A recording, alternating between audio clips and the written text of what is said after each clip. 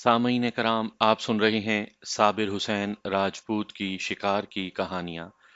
इसका नाम है पोठोहार में रीछ कहाँ। मुझे उम्मीद है आपको मेरी ये काविश पसंद आएगी।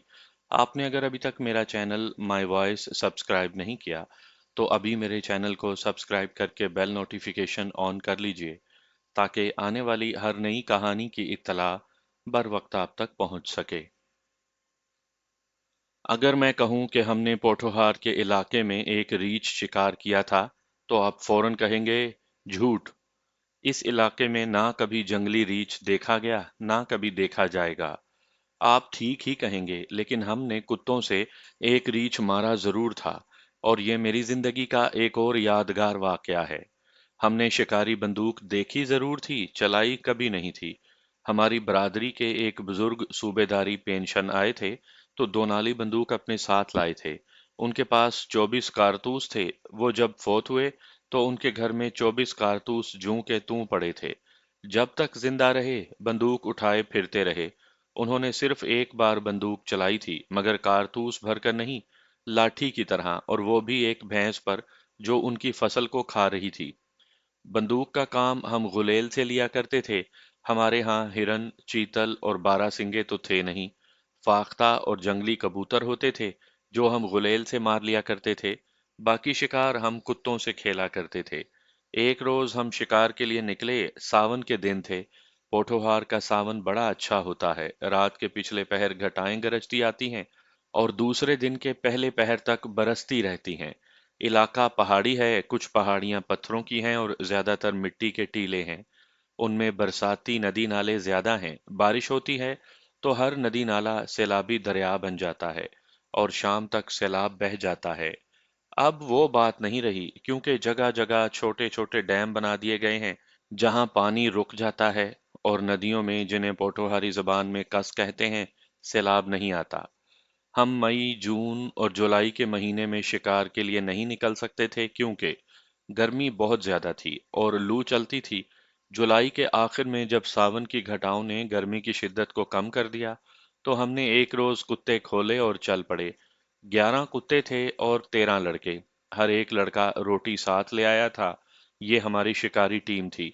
जब हम गांव से निकले तो गांव की फिजा गालियों से गूंज रही थी। ये गालियां हमें हमारी माएं दे रही थीं। कोई मुंडेर पर खड़ी थी, कोई दरवाजे में, और दो तो गांव से बाहर आ गई थी। ये तमाम माएं बाजू हवा में लहरा लहरा कर हमें कोस रही थी। हमारे साथ हमारे वालिद साहिबान को भी कोसने मिल रहे थे। वालिद तो सबके मौजूद थे, मगर वो सब अपनी अपनी जगह हंस रहे थे। अल्लाह बख्शे उन तमाम वालिदों को जो हमें शिकार से रोकने के बजाय हमारी हौसला अफजाई किया करते थे। वो दौर कुछ और था। हर बाप की यही एक ख्वाहिश होती थी कि उसके बेटे को गांव वाले मर्द का बच्चा कहें और उसका जिस्म गुठा हुआ हो। उस जमाने में शक्लो सूरत और लिबास कोई नहीं देखा करता था। जिस्म की मजबूती, दलेरी और शराफत को लोग पसंद करते थे। इसकी वजह सिर्फ ये थी कि अभी फिल्में आम नहीं हुई थी और देहात में फिल्मी गीत सुनाने के लिए ट्रांजिस्टर नहीं आए थे। हमारे बाप हमें आराम से बैठने नहीं दिया करते थे। माएं गालियां देने में हक बजानिब थीं। शिकार में कोई ना कोई लड़का जख्मी जरूर होता था। दो मर भी गए थे। थोड़ा ही अरसा पहले मेरे टखने को भेड़िए ने काट खाया था और अफजल की टांग बूली ने चबा डाली थी।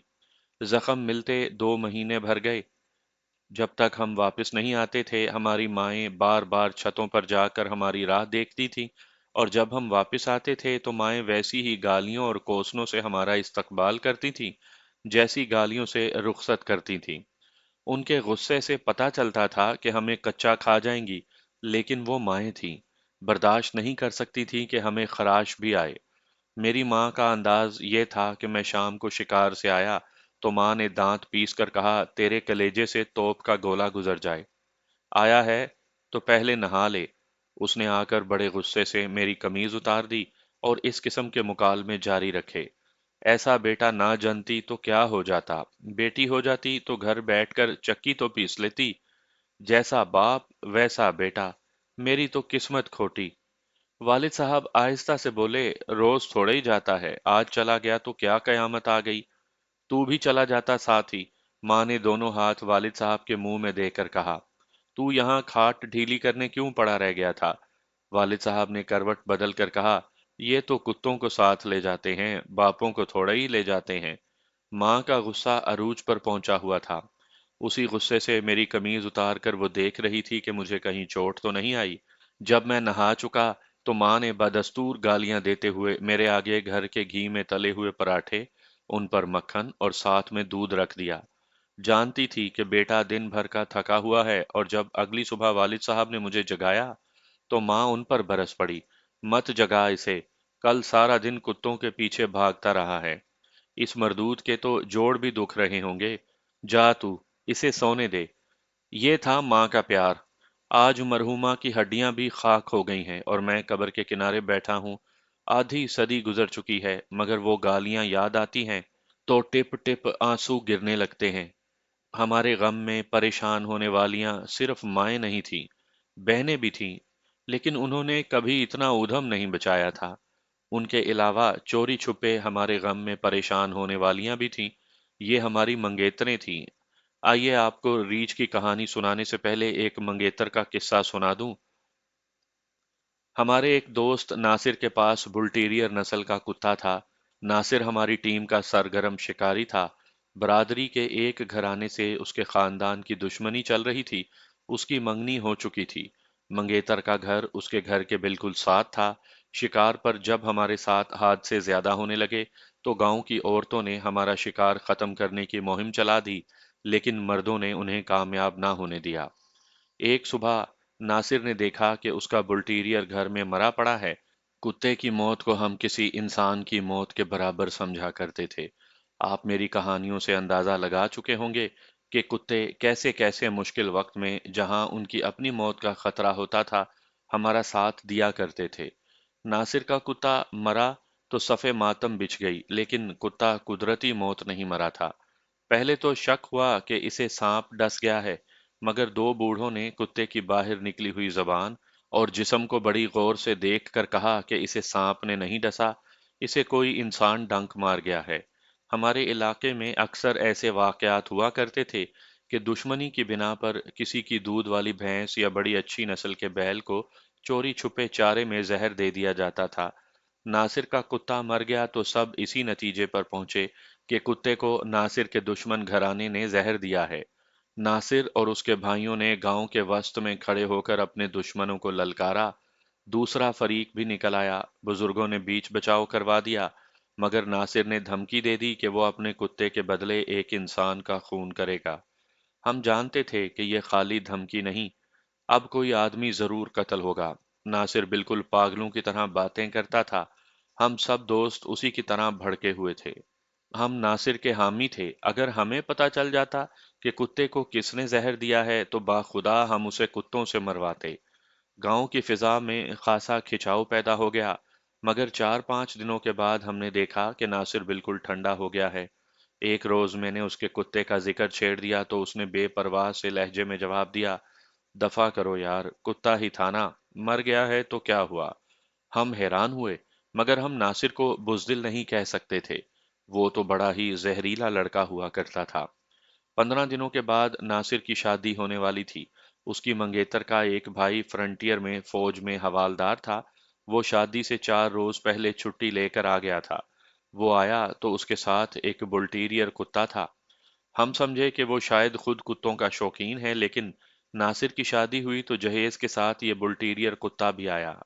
जहेज में भैंस या गायें तो हमारे यहाँ कभी कभी दी जाती थी, कुत्ता कभी नहीं दिया गया था। हम बहुत खुश हुए कि नासिर के मरे हुए कुत्ते की कमी पूरी हो गई है, लेकिन ये सवाल हम सब के दिलों में खटक रहा था कि नासिर ने कुत्ते की मौत पर दुश्मनों को जो धमकी दी थी, उससे फिर क्यों गया है। वो हमारा गहरा दोस्त था। हमने एक दूसरे से कभी कोई बात छुपाई ही नहीं थी। शादी के बाद एक रोज हमने उससे पूछा कि उसका गुस्सा खत्म क्यों हो गया था। उसने राजदारी से हमें बताया कि उसके कुत्ते को उसकी मंगेतर ने जहर दिया था। हम और ज्यादा हैरान हुए कि मंगेतर को ऐसी क्या जरूरत आ पड़ी थी कि अपने होने वाले खामिन के कुत्ते को जहर दे दे। नासिर ने अजीब सी बात सुनाई जो मुझे आज इस बुढ़ापे में भी लफ्ज ब लफ्ज याद है। उसने सुनाया, हमें जब शक हुआ कि कुत्ते को हमारे दुश्मनों ने जहर दिया है तो हम कुल्हाड़ियां लेकर निकल आए। उधर से वो भी निकल आए। अगर लोग दरमियान में ना आ जाते तो खून खराबा हो जाता। उसके बाद मैंने दुश्मनों को धमकी दी कि कुत्ते के बदले एक आदमी को कत्ल करूंगा। मैंने फैसला कर लिया था कि उनके कौन से आदमी को कत्ल करूंगा। दूसरे दिन मुझे एक औरत की ज़बानी अपनी मंगेतर का पैगाम मिला कि खुदा के लिए किसी को जान से ना मारना, तुम्हारे कुत्ते को मैंने जहर दिया था। शादी की पहली रात तुम्हें सारी बात बताऊंगी। नासिर अपनी मंगेतर को दिलो जान से चाहता था और वो भी उसे बहुत पसंद करती थी। नासिर का गुस्सा ठंडा हो गया। शादी की पहली रात उसकी मंगेतर ने, जो अब उसकी बीवी बन चुकी थी, ये कहानी सुनाई कि वो नासिर को शिकार से बाज रखना चाहती थी। वो माऊ की तरह उसे गालियां नहीं दे सकती थी। नासिर जब शिकार पर निकल जाता था तो वो उसकी वापसी तक परेशान रहती थी और किसी न किसी बहाने कोठे पर जा जाकर देखती रहती थी कि नासिर वापस आया है या नहीं। जैसा कि मैं बता चुका हूं कि शिकार पर हमारे नौजवान मर भी गए थे और जख्मी तो बहुत से हो चुके थे। नासिर की मंगेतर यही दुआएं किया करती रहती थी कि नासिर को खुदा सलामत रखे। फिर एक रोज एक और दोस्त मारा गया और फिर हमारे पीर जी का बेटा भी मारा गया, तो सारे इलाके में दहशत फैल गई। पीर जी के बेटे के मरने की कहानी भी मैं आपको सुनाऊंगा। नासिर की मंगेतर तो बहुत ही परेशान हुई। बहुत अरसा सोच सोच कर उसने ये तरीका इख्तियार किया कि कहीं से जहर हासिल कर लिया, जिसे कुचला कहते हैं। ये बावले कुत्तों को मारने के लिए इस्तेमाल होता था। नासिर की मंगेतर ने जहर गोश्त की कच्ची बोटी में भरा और रात के वक्त जब सब सोए हुए थे और कुत्ता नासिर के सहन में बंधा हुआ था, बोटी अपने घर से कुत्ते के आगे फेंक दी। बोटी कुत्ते के करीब गिरी, जो कुत्ते ने फौरन खा ली, और सुबह जब सब जागे तो कुत्ता मरा पड़ा था। उसके बाद जब उसने नासिर का गुस्सा देखा और उसे जब ये भी मालूम हुआ कि नासिर कुत्ते के गम में रोता भी रहता है, तो उससे ये भी बर्दाश्त ना हुआ। उसे मालूम नहीं था कि नासिर एक कुत्ते के गम में अपना ये हाल कर देगा। उसने अपनी एक शादीशुदा बहन को राजदार बनाकर अपने फ्रंटियर वाले भाई को खत लिखवाया कि बुल्टीरियर नस्ल का एक कुत्ता साथ लेता आए। ये नस्ल फ्रंटियर में ज्यादा मिलती थी। दोनों बहनों ने भाई को ये भी लिखा कि नासिर का कुत्ता मारा गया है, उसे जहेज में कुत्ता देना है। उनका कुत्ता भाई लेकर आया और नासिर का गम हल्का हो गया और गांव में खून खराबा भी ना हुआ। ये थी मोहब्बत की एक कहानी। हाँ, तो मैं सुना रहा था कि सावन का महीना था, हम कुत्ते साथ लिए गांव से निकले, तो माओ ने हमें हस्बे मामूल पुरजोश तरीके से रुखसत किया और हम कान लपेट कर गांव से दूर निकल गए। आगे नशेबी इलाका आ गया जहां हम माओ की नजरों से ओझल हो गए। उससे आगे खड नालों का इलाका शुरू हो गया। हम बाकायदा रास्तों से हटकर खड नाले अबूर करते चले गए। कुत्तों की जंजीरें खोल दी थीं। बूगीर कुत्ते बड़ी बेताबी से हमसे आगे निकलकर इस तरह आगे और दाएं-बाएं दौड़ रहे थे कि उनके मुंह जमीन से लगे हुए थे। वो शिकार की बू पाकर सुराग रसानी कर रहे थे।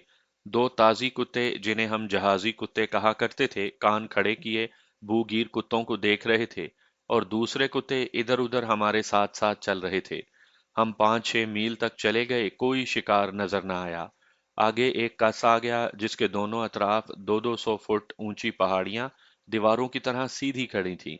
ये मिट्टी की पहाड़ियां थीं जिन पर चढ़ने के लिए ढलानी रास्ते बने हुए थे। कस में पानी ज्यादा नहीं था। हम नीचे उतर गए। कुत्तों ने पानी पिया और हमने बैठकर खाना खाया। मगरिब की तरफ घटा छाई हुई थी और आहिस्ता आहिस्ता आगे बढ़ रही थी। पोठोहार में मगरिब से उठी हुई घटा बरसे बगैर नहीं जाती और बरसती भी बड़ी जोर से है। हमें मालूम था कि घटा जो उठ रही है हमारा क्या हशर करेगी। हम जानते थे कि नदी नाले और कस चढ़ जाएंगे और हम रात तक उनमें से गुजर नहीं सकेंगे, लेकिन शिकार की लज्जत तो ऐसी ही दुश्वारियों में मिलती थी। हम उठे और कस के दूसरे 200 फुट बुलंद किनारे पर चढ़ गए।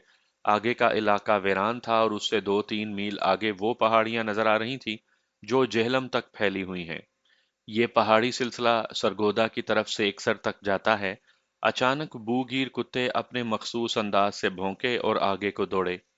हमने देखा कि एक गीदड़ सर पट भागा जा रहा था। दोनों ताजी कुत्ते हवा हो गए। ताजी कुत्ते का जिस्म हड्डियों का ढांचा होता है और उसके दौड़ने की रफ्तार हैरान कुन है। यही उसका कुदरती वस्फ होता है। वो शिकार पर फौरन पहुंच जाता है और उसे रोकने की कोशिश करता है या उसका रुख बदल देता है, लड़ता नहीं। क्योंकि लड़ने के काबिल नहीं होता। इतनी देर में दूसरे कुत्ते पहुंच जाते हैं। ताजी कुत्तों के पीछे दूसरे कुत्ते भी दौड़ पड़े और उनके पीछे हम दौड़े। जमीन ऐसी थी कि खड और नशेब ज्यादा थे।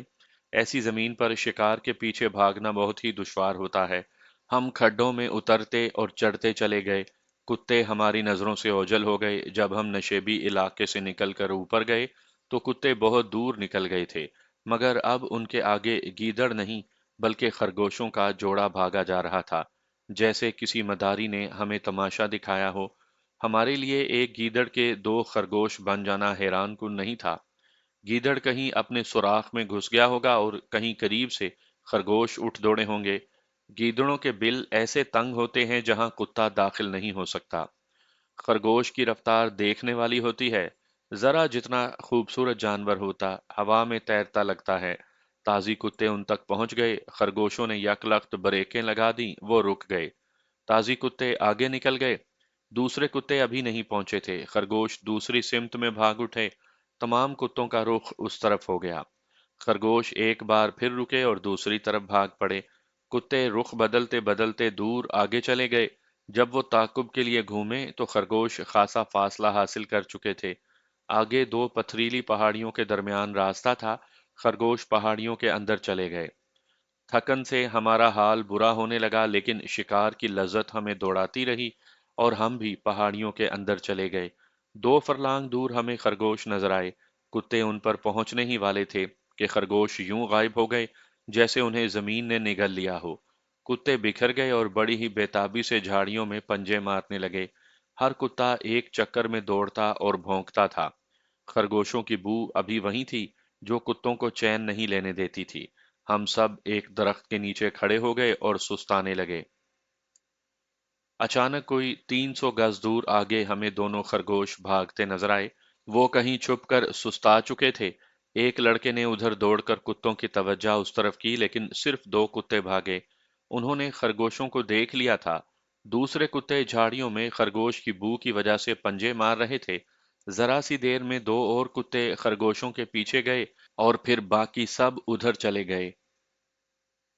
हम इतना थक चुके थे कि पाँव पर खड़ा होना महाल था। हम सब बैठ गए। दरख्त बहुत थे। मैं दो साथियों के साथ एक दरख्त के नीचे लेट गया। इस तरह दो दो तीन तीन लड़के अलग अलग दरख्तों तले हो गए और एक लड़का जाने क्यों खड़ा रहा। हमें दूर से कुत्तों के गुर्राने और भौंकने की आवाजें सुनाई दे रही थीं। मालूम होता था कि उन्होंने खरगोश को पकड़ लिया है। हमें ये लालच तो नहीं था कि कुत्ते खरगोशों को पकड़कर हमारे हवाले कर देंगे। 11 कुत्तों में 2 खरगोशों का एक बाल भी हासिल करना मुमकिन नहीं था। हम शिकार के नशे से बदमस्त रहते थे। शिकार कुत्ते खाया करते थे। दूर से घटा की गरज सुनाई देने लगी और हवा ठंडी हो गई। घटा की गरज के साथ ही कड़क भी थी।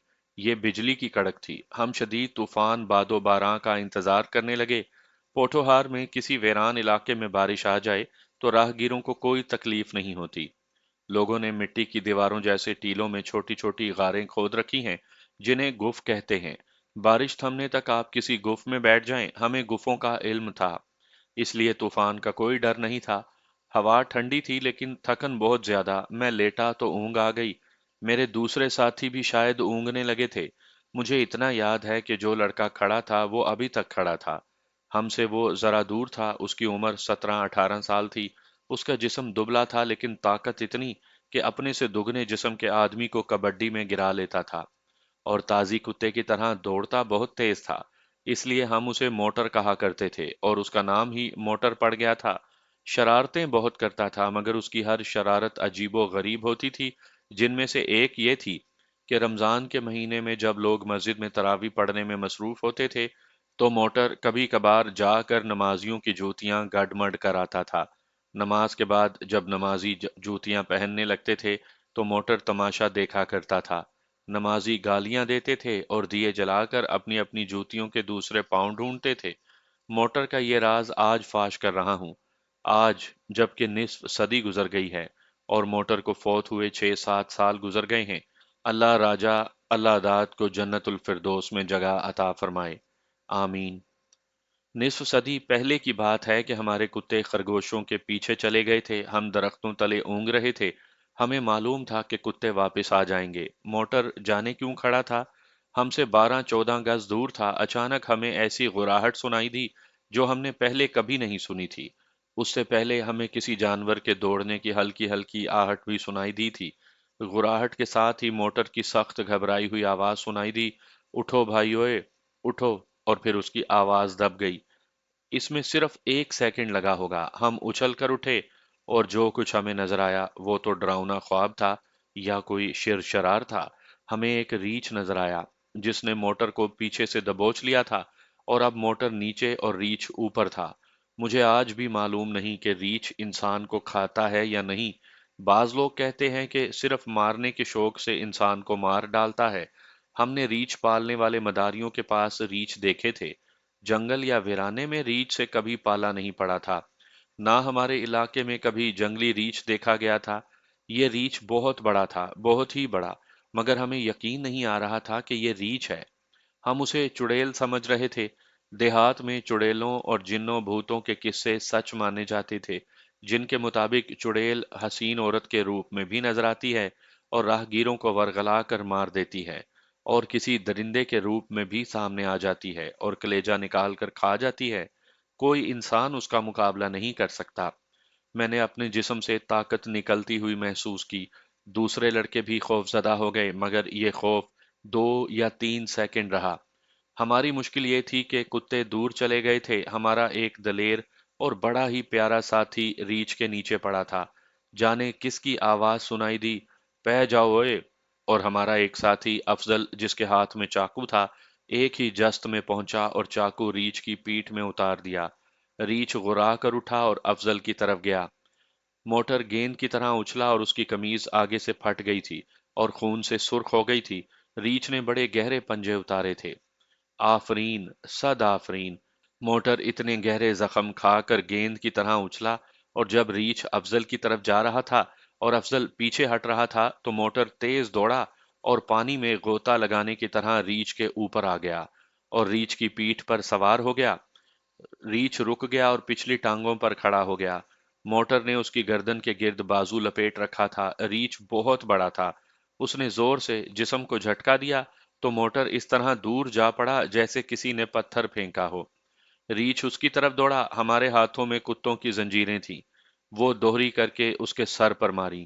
ریچھ گھوما اور میری طرف آیا۔ میں پیچھے ہٹا مگر ٹھوکر کھا کر گر پڑا۔ ریچھ میرے اوپر آ گیا۔ میرے بچنے کی کوئی صورت نہیں تھی۔ ریچھ نے پنجے اٹھائے ہی تھے کہ میرے ایک اور ساتھی اکو، جس کا نام اکرم تھا، اس نے چاقو اس کی پیٹھ میں اتار دیا۔ ریچھ گھوم گیا اور وہ گھوما ہی تھا کہ موٹر پھر اس کی پیٹھ پر سوار ہو گیا اور ایک ہاتھ اس کے نیچے والے جبڑے میں اور دوسرا اوپر والے جبڑے میں رکھ کر اس کا منہ کھولنے لگا۔ لیکن یہ اس کی غلطی تھی۔ ریچھ نے منہ بند کر لیا۔ میں نے جلدی سے اٹھ کر موٹر کو دیکھا۔ اس کے دانت جڑ گئے تھے اور درد سے اس کی آنکھیں ابل آئی تھیں۔ دو لڑکوں نے آگے ہو کر ریچھ کی پچھلی ٹانگیں پکڑ لیں اور دائیں بائیں پوری طاقت سے کھینچی۔ ریچھ نے دانتوں کا شکنجا ڈھیلا کر دیا۔ موٹر کے ہاتھ اس کے منہ سے نکل آئے جن سے خون ٹپک رہا تھا۔ ہماری ٹیم کی بہادری یہ تھی کہ ہم ریچھ کی عادتوں، اس کی طاقت اور اس کی خونخواری سے بالکل واقف نہیں تھے۔ اس کے متعلق عجیب و غریب اور بہت ڈراؤنی کہانیاں سن رکھی تھیں۔ اسے دیکھتے ہی ہم پر خوف طاری ہو گیا۔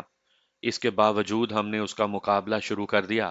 یہی وہ جذبہ ہے جو آج کل کے نوجوانوں کو بتانے کے لیے میں یہ کہانیاں سنا رہا ہوں۔ مسلمان کے بچے میں خوف نام کی کوئی چیز نہیں ہونی چاہیے۔ جوں ہی ہم نے موٹر کے ہاتھ ریچھ کے دانتوں سے آزاد کروائے، ہمارے کتے آ گئے۔ موٹر پہلے ہی زخمی تھا، اب اس کے دونوں ہاتھ بھی کچلے گئے۔ پھر بھی اس نے اپنے زخموں کی کوئی پرواہ نہ کی اور ریچھ پر جھپٹنے کے لیے اس کے ارد گرد دوڑنے لگا۔ میں گر کر اٹھ کھڑا ہوا تھا۔ اتنے میں کتے آ گئے۔ ان میں افضل کا بولی خونخوار کتا تھا۔ آتے ہی اس نے ریچھ پر حملہ کیا۔ اس کا سٹائل یہ ہوتا تھا کہ شکار پر جھپٹ کر اوپر سے اس کی گردن منہ میں لے لیتا تھا اور دانت گاڑ کر ایسا جھٹکا دیتا تھا کہ شکار کی گردن کی ہڈی ٹوٹ جاتی تھی۔ ریچھ پر بھی وہ یہی داؤ کھیلنا چاہتا تھا، مگر ریچھ کے بال بہت گھنے تھے اور گردن اتنی موٹی تھی جو بولی کے لیے نہیں تھی۔ دوسرے کتے حملہ آور ہونے ہی والے تھے کہ یہ ریچھ نے اپنی بے پناہ طاقت کے زور سے بولی کو پرے پھینک دیا۔ हम मोटर की तरफ मुतवज्जा हुए, लेकिन वो पागलों की तरह रीछ पर टूट टूट पड़ता था। अब उसके सारे कपड़े खून से लाल हो गए थे।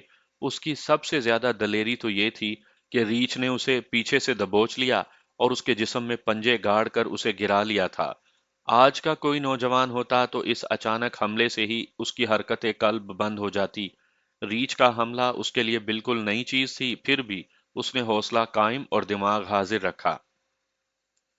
रीछ कुत्तों के नरगे में खड़ा हो गया, उसकी पीठ से खून टपकने लगा था। वो इस कदर बिफरा हुआ था कि उसमें बला की तेजी आ गई थी।